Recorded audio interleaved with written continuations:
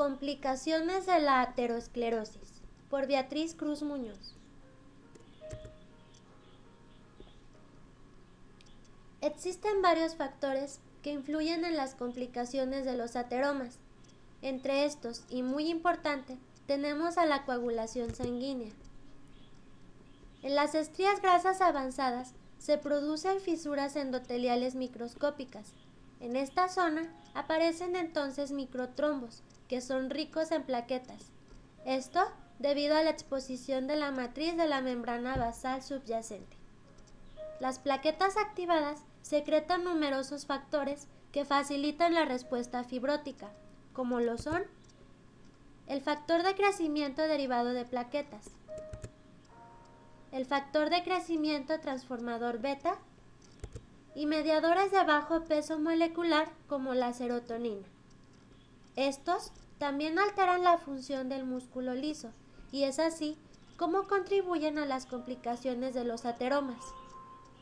Es probable que estos microtrombos que se han formado desaparezcan sin dejar secuelas clínicas, ya sea por un proceso de fibrinólisis, de reabsorción o reparación del endotelio.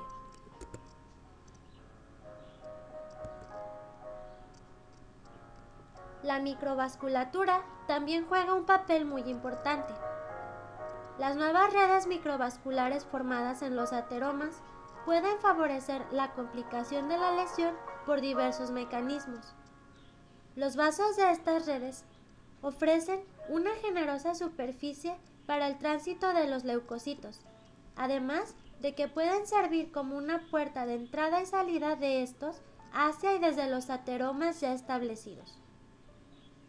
Estos pequeños vasos también pueden constituir focos de hemorragia dentro de la placa, ya que son muy friables y tienden a romperse, provocando entonces lo que conocemos como trombosis in situ, y producirán así entonces trombina a partir de protrombina.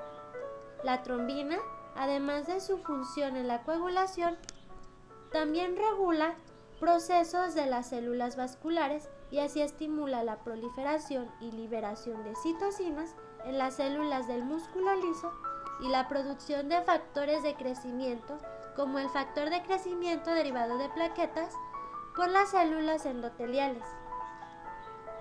Muchas placas contienen además fibrina, que son estas pequeñas líneas que vemos al fondo de la imagen, y hemosiderina, que son signos inequívocos de episodios de hemorragia dentro de la placa que contribuyen así a su complejidad. Además, dentro de la placa también puede acumularse calcio. Es importante mencionar que en las placas ateroscleróticas puede detectarse proteínas especializadas en la unión al calcio, habitualmente asociadas al hueso, dentro de las cuales se han identificado osteocalcina y otras proteínas morfogénicas del hueso en las placas del ateroma. Ahora hablaremos de la rotura focal, ulceración o erosión de la placa, que son en sí complicaciones ya de la placa ateromatosa. La rotura de la cubierta fibrosa de la placa permite que los factores de coagulación de la sangre entren en contacto con un factor hístico altamente trombógeno, que es una proteína procoagulante expresada en las células espumosas en el núcleo lipídico de la placa, formando así un trombo. Los episodios repetitivos de rotura y cicatrización de la placa son uno de los mecanismos más probables por los que la estría grasa se transforma en una lesión más compleja, como lo vemos en esta imagen, en el cual la lesión abarca más o menos el 50% del lumen de la arteria. El proceso de cicatrización arterial, al igual que el de las heridas cutáneas, se basa en el depósito de una nueva matriz extracelular. Es importante mencionar que no todos los ateromas muestran la misma tendencia a la rotura. Las placas más propensas suelen ser las que tienen una placa fibrosa fina, un núcleo lipídico bastante grande y con una gran cantidad de macrófagos.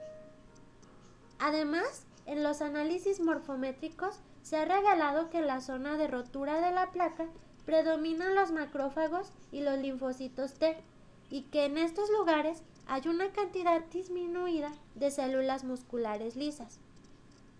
Otra característica es que las placas ateromatosas poseen el marcador HLA-DR, que indica una respuesta inflamatoria activa en los lugares de rotura.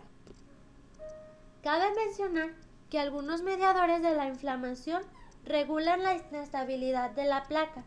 Entre estos tenemos el interferón gamma, derivado de las células T, que puede inhibir el crecimiento y síntesis de colágeno de las células del músculo liso.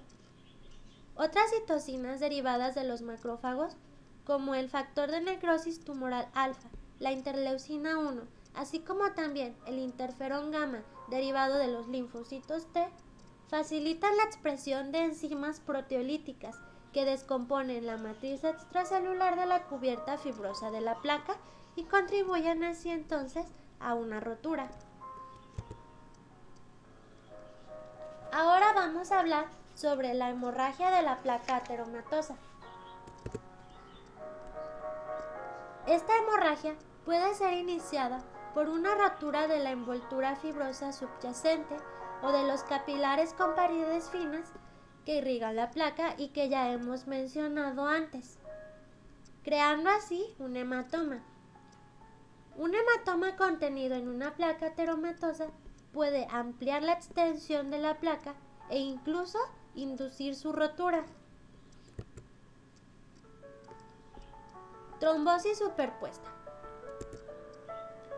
Esta es la complicación más temida y suele ocurrir en lesiones alteradas que han experimentado ya sea rotura, ulceración, erosión o hemorragia.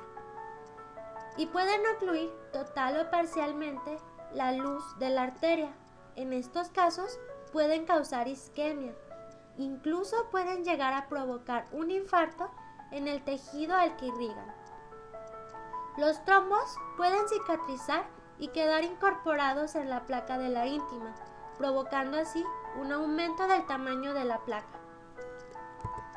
Y por último, tenemos la dilatación aneurismática.